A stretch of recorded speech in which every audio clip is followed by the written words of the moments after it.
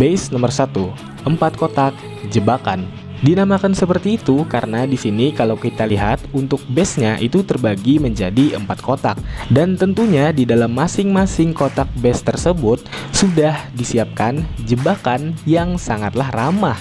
Ya tentunya ramah dalam artian sebaliknya sih. Karena dalam masing-masing kotak base ini itu sudah ada tumpukan jebakan yang siap menyergap pasukan lawan yang nantinya akan memasuki dari masing-masing kotak base ini. Dan untuk penumpukan jebakan seperti ini tentunya akan lebih efektif untuk dilakukan, terlebih lagi di TH kecil seperti ya di TH8 ini. Karena lagi-lagi untuk pertahanan di TH8 ini masih tergolong ringan, ditambah lagi nantinya lawan yang menyerang base kita itu bisa saja membawa bantuan isi Clan Castle yang bisa dibilang kayak terlalu kuat gitu untuk ukuran TH8. Contohnya seperti Naga Rider atau mungkin juga Bowler.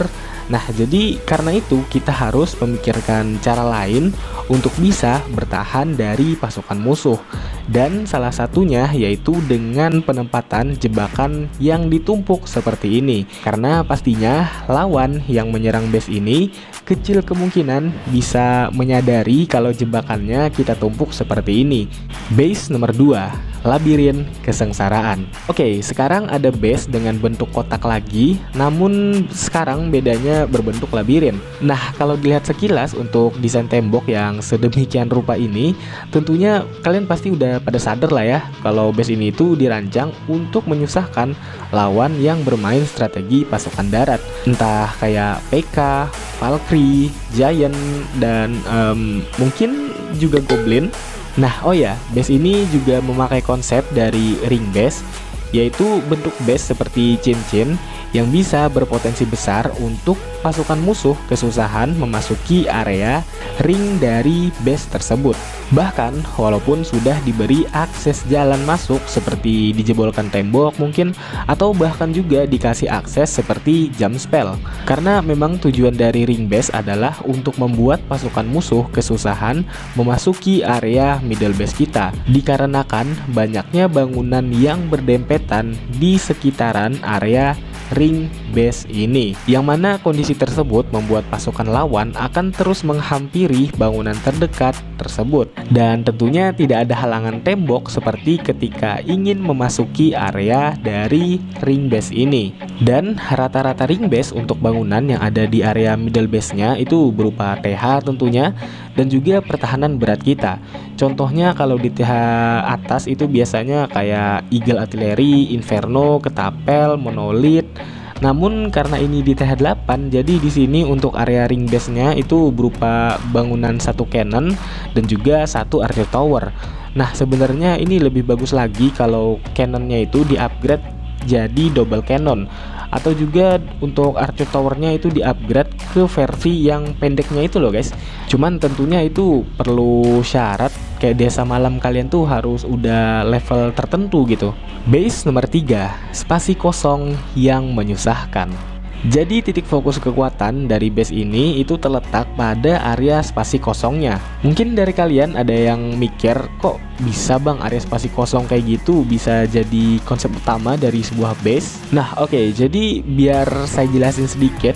Walaupun terlihat remeh untuk area spasi kosong ini, namun titik inilah yang berpotensi besar untuk membuat lawan melakukan blunder pada saat menyerang base ini. Terlebih lagi untuk pasukan yang targetnya bebas terdekat. Contohnya seperti naga. Yap, naga. Karena base ini dirancang untuk membuat serangan lawan yang menggunakan pasukan naga itu nantinya akan sedikit kesusahan coy. Karena kalian bayangin aja betapa bahayanya kalau sebuah bangunan air defense itu dibiarkan berlama-lama terus menyerangi pasukan naga lawan. Alhasil naganya pada mokat semua akhirnya. Nah, jadi disinilah cara kerja dari base dengan adanya area spasi kosong kayak gini. Jadi untuk area spasi kosong ini akan membuat bangunan yang ada di dalamnya itu dari sudut pandangan naga lawan itu menjadi target terjauh. Dan tentunya kalian pasti udah tahu lah ya kalau pasukan naga itu karakternya adalah penyerang target bebas terdekat. Dan dengan demikian target terdekat dari sudut pandang pasukan naga musuh adalah bangunan sampah yang ada di area luar base ini. Dan seterusnya akan berlanjut sampai pasukan naga musuh pada mati semua, tentunya ditarget oleh pertahanan air defense kita dan juga beberapa pertahanan udara kita lainnya tentunya. Nah oke, jadi untuk base berikutnya ini adalah base dengan bentukan lebar. Jadi untuk base dengan bentukan lebar kayak gini tentunya bagus banget digunakan untuk menghambat pergerakan dari pasukan lawan yang jalannya lambat juga guys. Contohnya ada kayak PK, Golem, dan juga naga.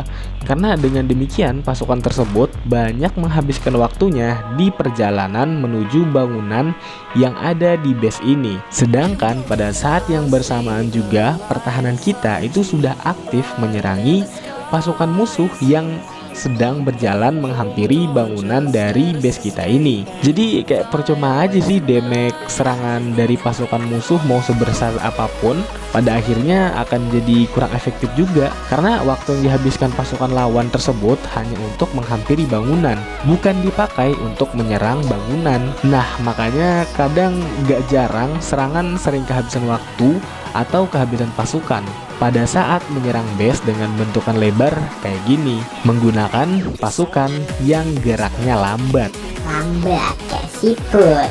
Base nomor 5, simetris yang menjebak.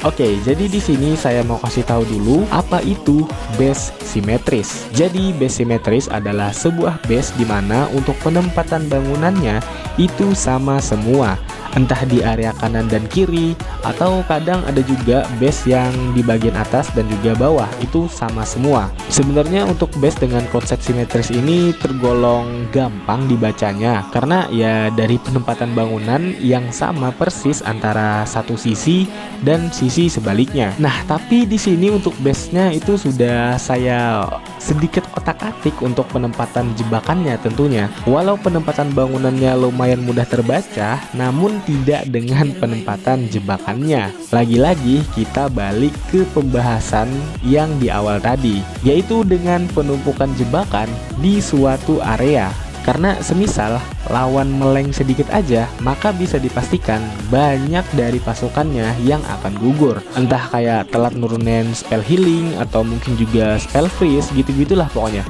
Apalagi di sini untuk yang user Hawk Rider DTH8, titik terpanas dari base ini ada di area bom towernya. Maka sudah bisa dipastikan pada saat musuh melihat untuk pasukan yang berhasil melewati area base ini, ya mungkin sisa 1/3 lah dari pasukannya gitu. Atau ya kemungkinan terburuk pasukannya meninggal semua gitu. Karena kalau dihitung di sini ada total 4 giant bomb. Yaitu kalau kita juga menghitung dari efek yang ditimbulkan oleh bom tower itu sendiri ketika dia sudah hancur. Nah, jadi menurut kalian apakah bermodalkan satu spell healing bisa menyelamatkan pasukan yang ada di area sini? Tulis pendapat kalian di kolom komentar. Base nomor 6, susah diatur. Sesuai dengan nama dari base-nya, pada saat ada lawan yang menyerang base ini, nantinya yang menjadi PR utama dari serangannya adalah mengatur jalan dari pasukannya. Terlebih lagi untuk lawan yang menyerang menggunakan pasukan Valkyrie. Karena kalau kita lihat untuk desain tembok yang berlapis seperti ini, tentunya akan membuat lawan kesusahan menentukan jalan dari pasukannya nantinya. Terlebih lagi dengan serangan Valkyrie yang sangat cepat sekali tentunya untuk eksekusinya, itu akan membuat semakin susah untuk menentukan rute dari alur jalan pasukannya. Dan alhasil besar kemungkinan untuk pasukan lawan berpecah belah. Karena bakalan ada yang ke area sana dan bakalan ada juga mungkin yang ke area sana. Dan tentunya akan membuat bingung si penyerang untuk menurunkan spell di pasukan yang ada di bagian mana untuk membantu penyerangan. Dan oh ya, ini juga untuk penempatan dari posisi clan castle yang ada di area middle base seperti ini, tentunya akan membuat lawan sangat kesusahan untuk memancing dari isi CC kita keluar. Jadi ya mau nggak mau harus menghabisi CC kita itu di dalam base. Dan tentunya itu menjadi nilai plus dari base ini karena pertahanan kita itu bersatu dengan bantuan clan castle untuk memukul mundur pasukan lawan.